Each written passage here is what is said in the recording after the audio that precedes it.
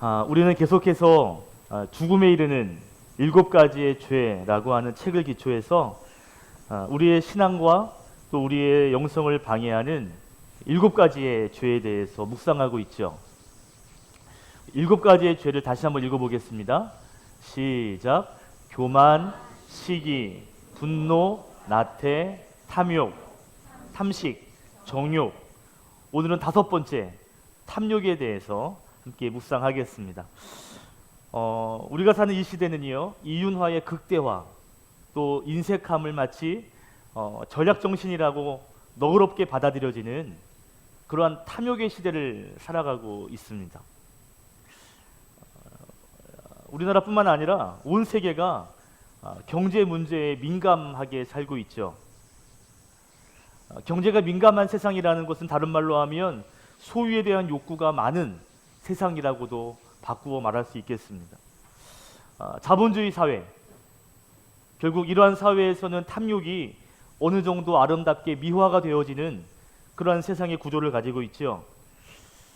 여러분 생각해 보셨나요? 그리스도인들이 마약이나 술에 대해서 중독되는 일들은 적지만 돈에 중독된다는 사실을 혹시 기억하시고 계시나요? 들어보셨어요? 돈에 중독될 수 있다? 충분히 그럴 수 있습니다. 요즘은요, 부자가 되는 길이라면 그 길이 악하든 그 길이 죄든 마다하지 않고 나는 그 길을 걸어가겠다 라고 하는 사람들이 굉장히 많아지고 있습니다. 행복의 기준이 돈의 많음에 있어서, 그래서 큰 돈을 내가 주머니에 넣을 수만 있다면 뭐 죄 조금 지을 수 있지, 이런 생각들이 사회에 팽배해졌다는 것이죠. 부자가 될 수 있다면 하나님과 멀어지는 것, 하나님보다 조금 나중에, 하나님에 대한 일은 나중에 하고 내가 먼저 좀 부자가 된 후에 좀 넉넉해진 다음에 하나님의 일을 해도 되지 않을까? 라고 하는 생각들이 이미 교회로 들어온 지 오래되었습니다. 그래서 어떤 학자는 이렇게 말해요. 돈이 문화를 넘어 종교가 되었다. 돈이요, 종교가 되어버렸어요. 그 종교의 이름을 물질교라고 지었습니다. 물질교. 돈이면 모든 것을 할 수 있어. 내가 돈만 있으면 뭐든지 모든 걸 누릴 수 있어. 그래서 돈을 신봉하며 살아가는 것입니다. 또 돈이 인간의 마음, 인간의 생각, 그리고 사회, 온 세상을 병들게 할 수 있기 때문에 때로는 그 부자됨의 욕심이 부자병이라고도 불려지고 있어요. 부자병. 정리하면 이런 거죠. 돈에 대한, 재물에 대한, 결국 이 탐욕에 대한 것은 온 세상에 이미 퍼져 있고요. 그리고 이 땅을 살아가는 성도에게 가장 영향력을 끼치는 죄성이 되고 있다는 것입니다. 저는 탐욕을 묵상하면서 이런 생각이 들어요. 그리스도인들을 가장 쉽게, 가장 빨리 타락시키고 변질시킬 수 있는 것이 뭘까? 탐욕이겠구나. 탐욕이 얼마나 강력한 힘이 있는지요. 하나님을 위해 살겠다는 교회 공동체, 성직자들, 목회자들까지도 이런 탐욕의 문제로 넘어지는 일들이 허다한 이런 일들을 여러분 보셨잖아요. 인간을 타락하게 만드는 이 탐욕이 얼마나 강력한 무기인지 여러분 다 아실 줄로 믿습니다. 한 예로 예수님께서 40일 동안 금식하며 기도하시는데 사탄이 찾아가서 예수님 시험하죠. 예수님을 데리고 높은 산으로 데리고 가더니 천하만국을 보여줍니다. 이렇게 말하는 거야. 나에게 엎드려 경배하면 내가 이 모든 것을 내가 너에게 주겠다. 이 시험이 어떤 시험일까요? 세상 모든 것들을 소유하고 싶은 인간의 탐욕, 그것을 겨냥하고 시험한 것입니다. 사탄이 예수님을 탐욕으로 시험했다면 예수님의 사람들을 탐욕으로 여전히 시험한다는 것은 결코 이상한 일이 아니에요. 여전히 우리들도 탐욕으로 유혹할 것입니다. 더 놀라운 건 그 하나님의 아들 예수님께서 성령의 충만함을 받아 이끌려 광야에서 기도하시고 금식하시고 성령의 충만함으로 나아가는 그 자리에서 사탄이 탐욕으로 유혹했다는 것입니다. 무슨 말이에요? 은혜를 받는 자리라고 해서 탐욕이 없다는 것은 아니라는 거죠. 은혜가 충만한 자리에서 탐욕에 자유하지 않다는 것입니다. 그 대표적인 예가 사도행전 5장에 나오는 아나니아와 삽비라 사건이에요. 여러분, 당시에 사도행전 5장의 분위기는요, 교회가 부흥하는 분위기, 막 교회에 기적이 일어나는 분위기였습니다. 막 영적으로 충만한 분위기였거든요. 그런데 하나님의 일꾼인 아나니아와 삽비라가 자기가 드려지는 헌금에 탐욕을 갖게 되고요, 결국 교회 안에서 즉사해버리는 사건이 있었습니다. 이런 거죠. 부흥이 있고 은혜가 있고 우리 공동체가 은혜를 충만히 누리고 있는 그런 자리라 할지라도 탐욕의 유혹은 계속될 수 있다는 거예요. 오히려 교회가 부흥하고 내가 영적으로 충만할 때 사단은 그것을 끌어내리기 위하여 탐욕의 유혹을 계속 우리에게 흘려보낼 수 있다는 것입니다. 은혜 받은 성도는요, 결국 탐욕을 굉장히 조심해야 하는 것이죠. 그래서 예수님께서도 공생애 가운데 많은 말씀으로 가르침을 주셨죠. 하나님 나라에 대하여, 천국에 대하여. 그런데 그 공생애 가운데 가르쳐 주신 주옥 같은 교훈들 가운데 여러분 15%에 해당하는 부분이 탐욕에 대한, 물질에 대한 경계였다는 것이죠. 굉장히 중요한 것입니다. 다시 말하면 신앙생활을 할 때, 즉 하나님 나라를 바라보며 걸어갈 때에 탐욕을 얼마나 경계해야 되는가 예수님도 강조하셨다는 거예요. 자, 그렇다면 과연 그 탐욕이 뭘까 하는 것이죠. 욕심? 그냥 소유욕? 이것이 탐욕일까요?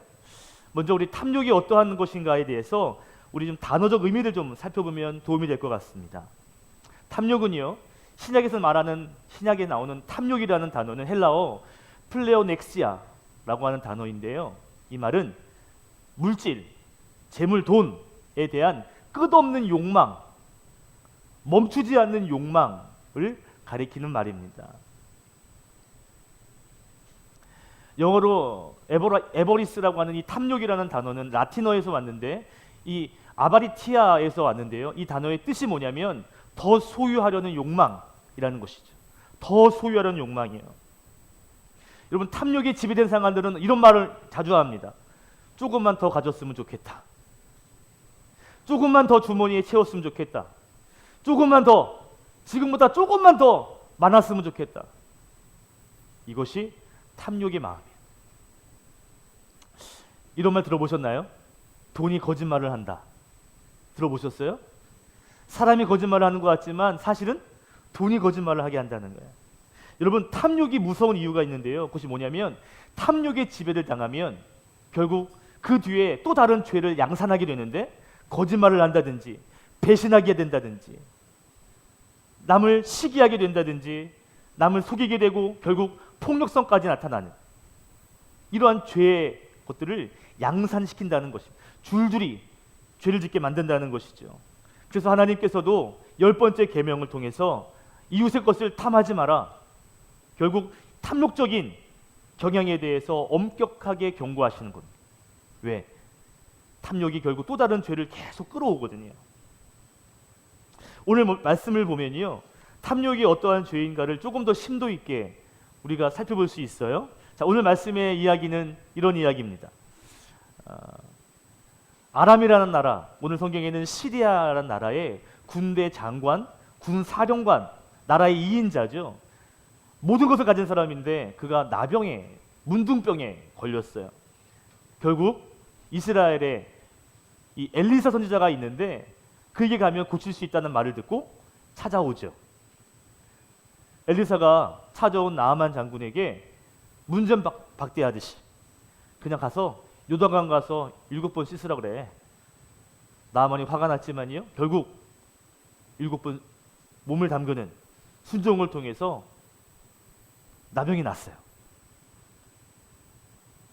그리고 이제 나병이 난 그 몸으로 이제 자기 나라로 돌아가는 과정 속에 오늘 본문의 게하시, 엘리사의 종 게하시가 쫓아갑니다. 그리고는 거짓말을 하죠. 주인이 보냈습니다. 그러면서 은 1달란트를 주십시오. 그리고 옷을 주십시오. 신학생들이 필요해서 그럽니다. 또 거짓말을 해요. 그리고 그것을 받아가지고요, 자기 집에 숨겨두었습니다. 엘리사가 묻죠. 어디 갔다 왔느냐? 아무데도 안 갔는데요. 또 거짓말을 해요. 결국 엘리사가 다 알고 있잖아요. 지금 그런 것을 받을 때냐? 네가 탐욕을 부릴 때냐?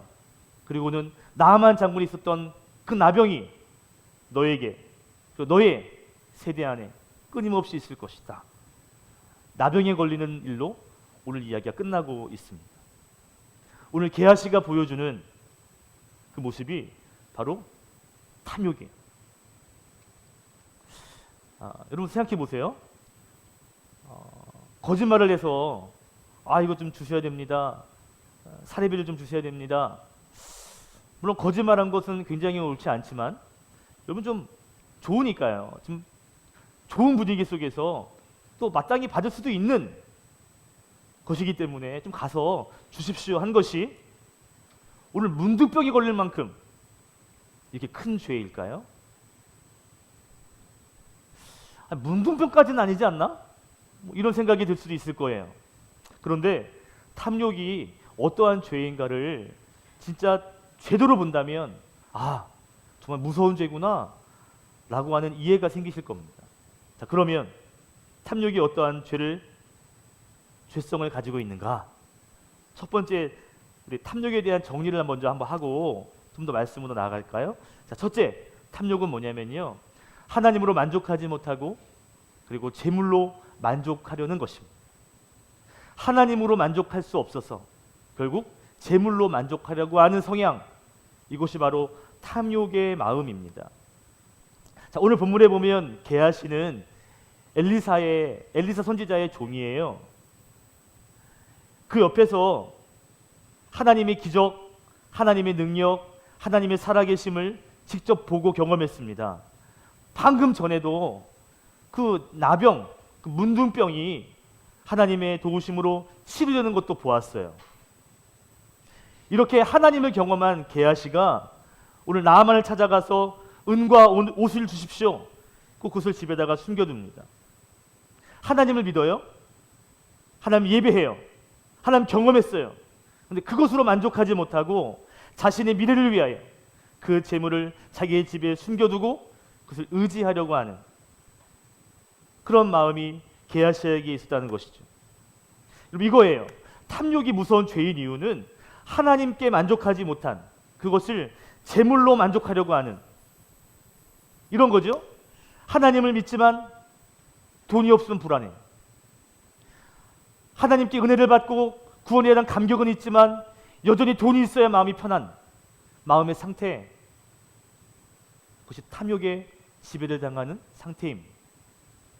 그래서 바울은 뭐라고 얘기했냐면 탐욕은 결국 우상 숭배다 그랬어. 골로새서 3장 5절 말씀을 같이 한번 읽어보겠습니다. 시작. 그러므로 땅에 속한 지체의 일들 곧 음행과 더러움과 정욕과 악한 욕망과 탐욕을 죽이십시오. 탐욕이 뭐라고요? 우상 숭배다. 탐욕은요, 하나님으로 만족할 수 없게 만들고 결국 재물로 만족하게 되는 마음입니다.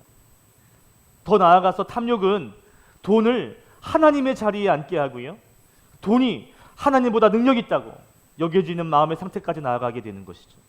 그래서 탐욕은 본질상 하나님을 돈으로 대체하려는 그러한 마음이에요. 그래서 바울은 우상 숭배다라고 말하는 것입니다. 지금 우리가 살고 있는 시대가 그런 거 아니에요? 돈이 하나님이 되어버린 세상. 여러분, 돈에는요 종교성을 갖게 하는 힘이 돈에 있거든요. 그러니까 돈 자체는 악도 선도 아닌데 이 돈에 가지고 있는 힘이 있는데요, 종교성을 갖게 해요. 의지하게 만들고, 그래서 그것이 있으면 만족하게 되고 그것이 없으면 막 불안하게 되는 이 물질, 이 돈은 하나님이 우리에게 주신 하나님을 위해 살라는 은사인데 하나님의 은사가 하나님이 되어버리게 되는, 그것이 탐욕이에요.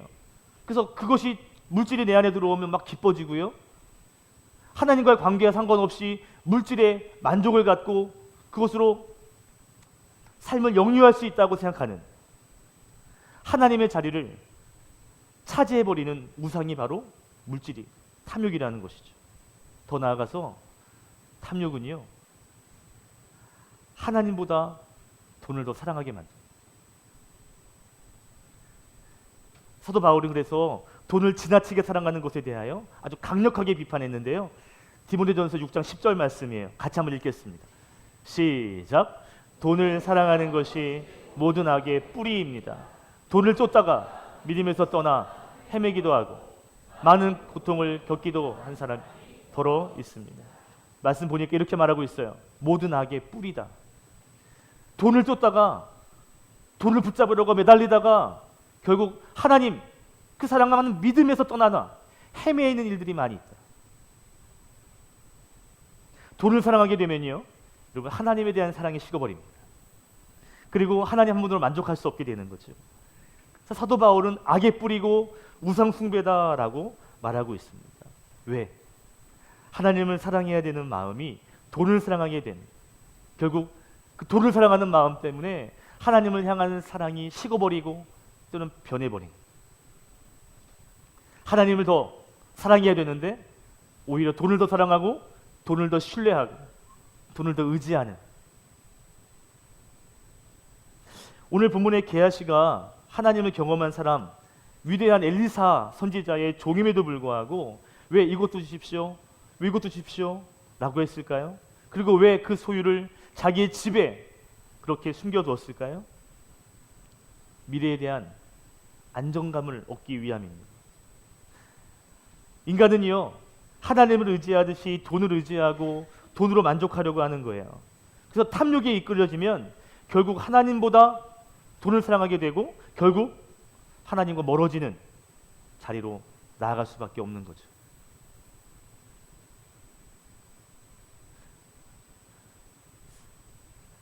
가장 안타까운 게 저는 그런 것 같아요. 돈 좀 더 많이 벌겠다고 하나님과 멀어지는 사람들. 아, 진짜를 모르는구나. 이런 생각이 들 때가 있어요. 뭐가 더 중요한지를 모르는구나.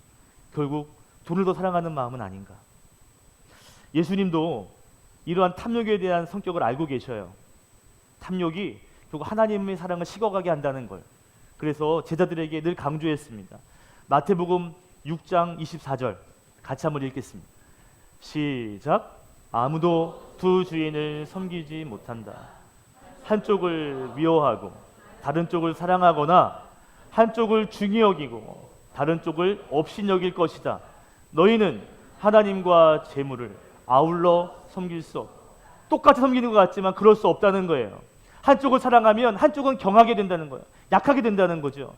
그러면서 하시는 말씀, 하나님과 재물을 아울러서 겸하여서 동시에 섬길 수 없다라고 하셨습니다. 탐욕으로 인하여 소유욕에 빠지게 되면 결국 하나님을 중요하게 여기지 않는 거죠. 하나님을 무시할 수 있는 경향 생길 수 있다는 겁니다. 여러분, 마음을 한번 점검해 보세요. 하나님을 섬기고 예수 믿고 천국을 보장받았지만 내가 혹시 하나님이 아닌 소유의 많음에 내 미래가 보장된다고 여기지 않는지, 더 나아가서 내가 하나님과 재물을 같이 섬기려고 하는 마음은 있지 않은지. 하나님을 섬겨요. 한편으로 돈도 사랑해요.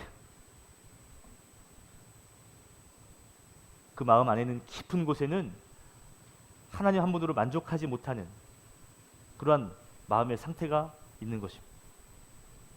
하나님 한 분으로 만족할 수 있는 믿음의 성도가 되시기를 축복합니다. 아멘. 자, 탐욕에 대한 정의. 탐욕이 하나님 만족할 수 없는, 그리고 돈 재물을 만족하게 하려는 한편의 우상 숭배와 같다. 두 번째는 이거예요. 두 번째는 적어 보십시오. 눈에 보이는 소유로 인하여서 영적인 감각이 둔해지는 것, 이것이 탐욕입니다. 도로시 세이어스라고 하는 사람이 이런 말을 했어요. 화면을 보시면 탐욕은 차가운 마음의 죄다라고 했습니다. 여러분, 탐욕이 차가운 마음의 죄다. 그러면 재밌는 말을 했어요. 영어에 보면 이 에버리스라고 하는 단어가 탐욕인데 뒤에 보니까 아이스로 끝나요. 그죠? 아이스. 그래서 이렇게 얘기한 거예요. 마치 얼음처럼 결국 차가워지는데 너무 꽁꽁꽁꽁 얼어버리다 보니까 결국에는 감각이 없는, 동상에 걸려버리는, 영적으로 동상에 걸려버리는 그러한 상태가 된, 마치 이런 거죠. 탐욕에 지배당하게 되면 마음이 차가워지고, 그래서 결국 마음의 동상을 입게 되고, 하나님에 대한 감각이 둔해지고, 결국 하나님이 시선이 가 있는 그 불쌍하고 가난한 자들에 대하여 무관심하게 되고, 그에 대하여 무정하게 되는 상태까지 가는, 차가워지는, 탐욕은 차가운 마음의 죄다, 이렇게 표현한 것입니다. 자, 오늘 우리가 위의 내용, 본문 위의 내용을 다 읽지는 않았어요. 그런데 그 위의 내용을 보면 이런 내용입니다. 5절에 보면요, 나아만이 시리아에서 이 엘리사를 만나러 올 때 그는 이미 답례품을 준비하고 왔는데 5절에 보면 은이 10달란트, 그리고 금이 6,000개, 그리고 옷도 10벌 등등등등을 챙겼어요. 병이 나으면 이것으로 살해해야 되겠다라는 마음이 이미 있었습니다. 그래서 챙겨온 거예요. 그러니까 엘리사를 만날 때 이미 뒤에 바리바리 선물들이 있었거든요. 다 안 거죠. 게하시도 와, 선물이 많다. 15절에 병에서 나은 다음에 이 나아만이 엘리사에게 이렇게 말합니다. 15절에 이걸 좀 받아주십시오. 내가 가져온 거 이거 받아주십시오. 그랬더니 16절에 엘리사가 사양합니다. 받을 수 없다. 성경에 보면 또 다시 받아달라고 또 다시 권했다 그랬습니다. 근데 여전히 엘리사는 끝까지 사양합니다. 참 멋있죠? 근데 그 뒤에 나아만 이런 얘기를 해요. 17절에 정 그러시면 좋습니다. 대신 제가 실은 나귀에 좀 실을 수 있는 흙을 좀 많이 좀 챙겨 주십시오.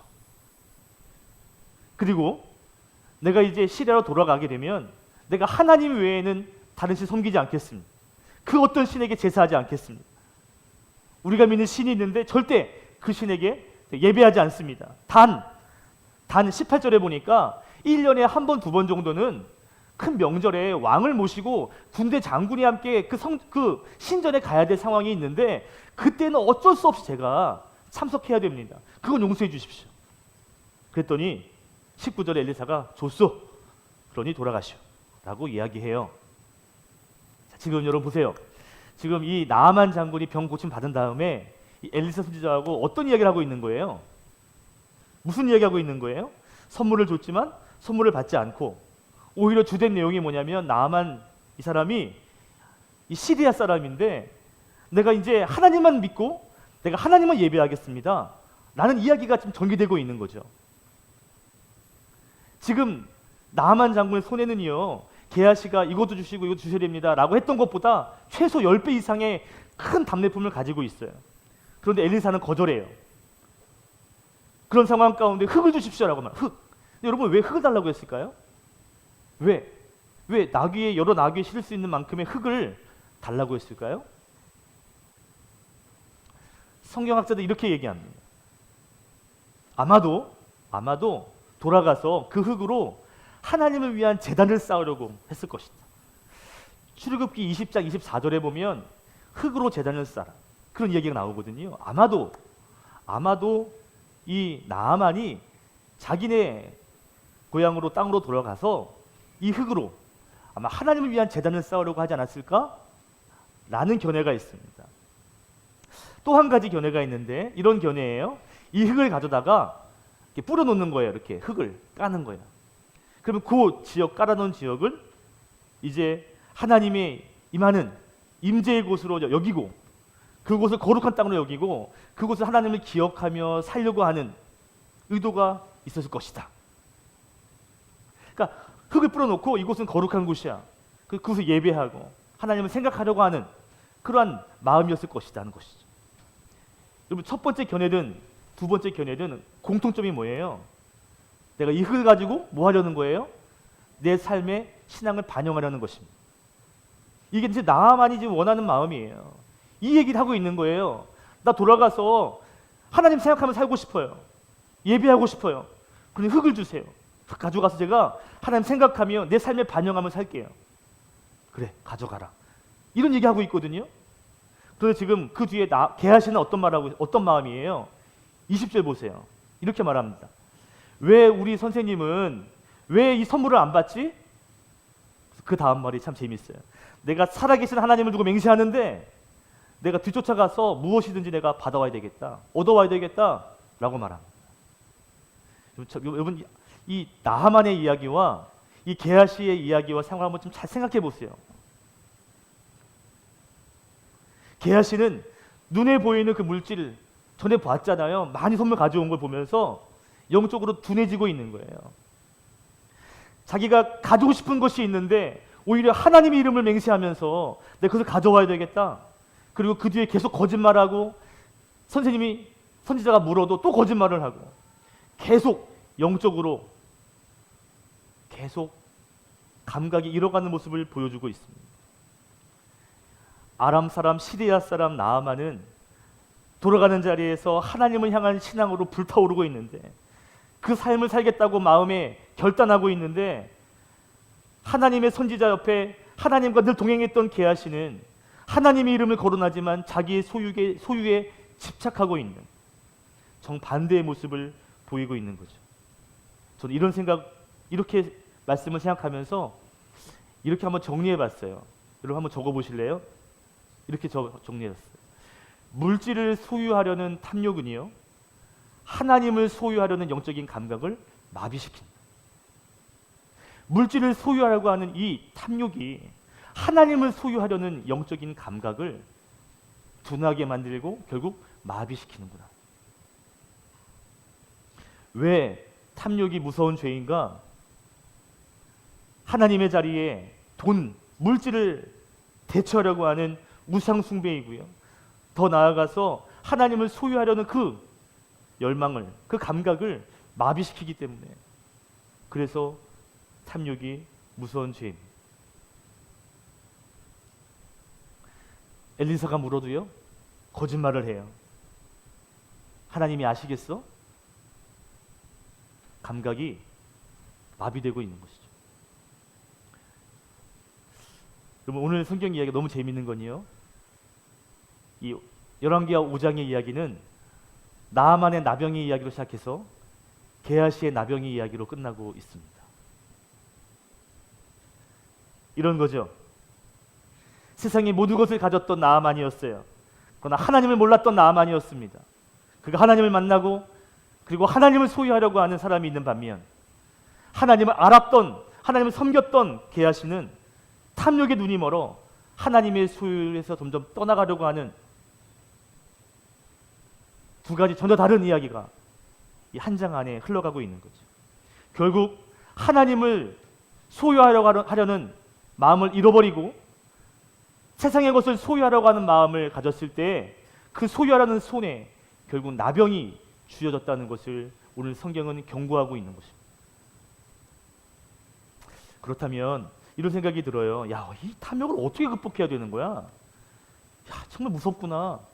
너무 많이 이 세상 안에 흘러와 있구나. 어떻게 극복해야 할 것인가?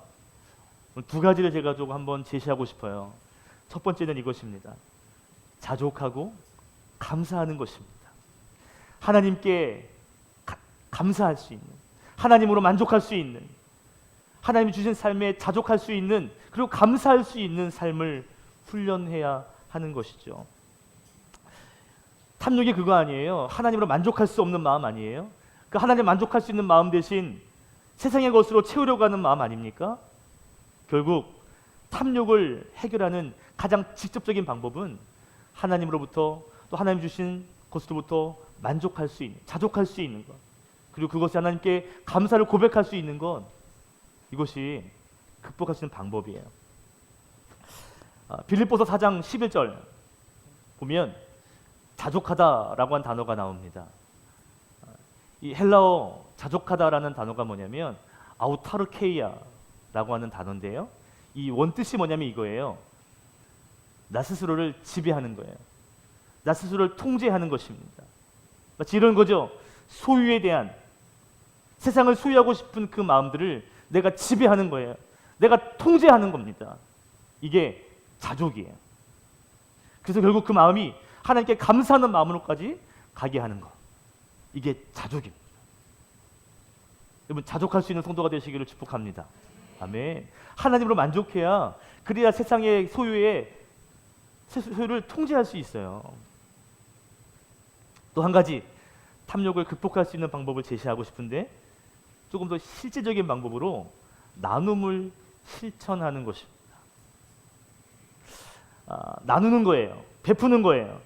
이것이 탐욕을 거절하고, 그리고 탐욕과 대항할 수 있는 가장 적극적이고 가장 탁월한 방법입니다. 사실 이 방법은 제가 제시하는 게 아니고요. 제가 얼마나 좋겠어요. 제가 하는 게 아니고, 사실 이 방법은 예수님께서 가르치신 방법이에요.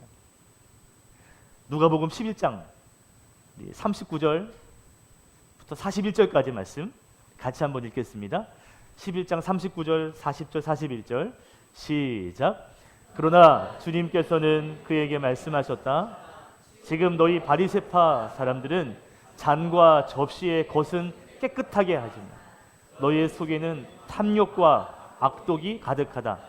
어리석은 사람들아, 겉을 만드신 분이 속도 만들지 아니하셨느냐? 그 속에 있는 것으로 자선을 베풀어라. 그리하면 너에게 깨끗해질 거다. 41절 말씀, 자선을 베풀어라. 이 말이 뭐냐면요, 선을 베풀라는 거예요. 선을 행하라는 거예요. 결국 구제하고 나누어 주라는 것입니다. 예수님께서 바리새파 사람들의 탐욕을 지적하시면서 자선을 베풀어라, 나누어 줘라. 그래야 너희 마음이 깨끗해질 것이다. 탐욕으로부터, 욕심으로부터 깨끗해질 수 있을 것이다 라고 말씀하시는 거죠. 여러분, 나눔을 통해 탐욕을 극복하실 수 있길 축복합니다. 탐욕의 본질은 그겁니다. 하나님으로 만족할 수 없는 마음, 그 마음에 세상의 물질을 채우는 거예요. 결국 하나님의 자리에 물질이 앉게 되고, 결국 그것이 우상 숭배로 이어지는 것이죠. 돈을 더 사랑해야 되는, 더 나아가서 돈을 소유하려고 하는 그 마음 때문에 결국 하나님의 소유를 잃어버리는, 결국 영적인 감각이 둔해지고 마비가 되는 상태, 그것이 바로 탐욕입니다. 여러분, 이 탐욕이요, 마지막 때에 여러분 성도의 삶을 공격하기도 하지만 교회 공동체도 공격합니다. 탐욕에 교회 공동체도 무너질 수 있습니다. 사탄이 우리의 가정과 우리의 교회를 무너뜨리기 위하여 탐욕을 마음껏 사용하고 있다는 것을 기억하시고, 하나님 앞에 자족하시고 감사하시고, 그리고 그 사랑, 그 마음을 나눔으로 실천하면서 탐욕을 극복하는 성도가 되시기를 바랍니다. 하나님을 소유하시고 이 땅 가운데 하나님 나라를 소유하셔서, 그래서 하나님의 백성으로 살아가시기를 주님의 이름으로 축원드립니다.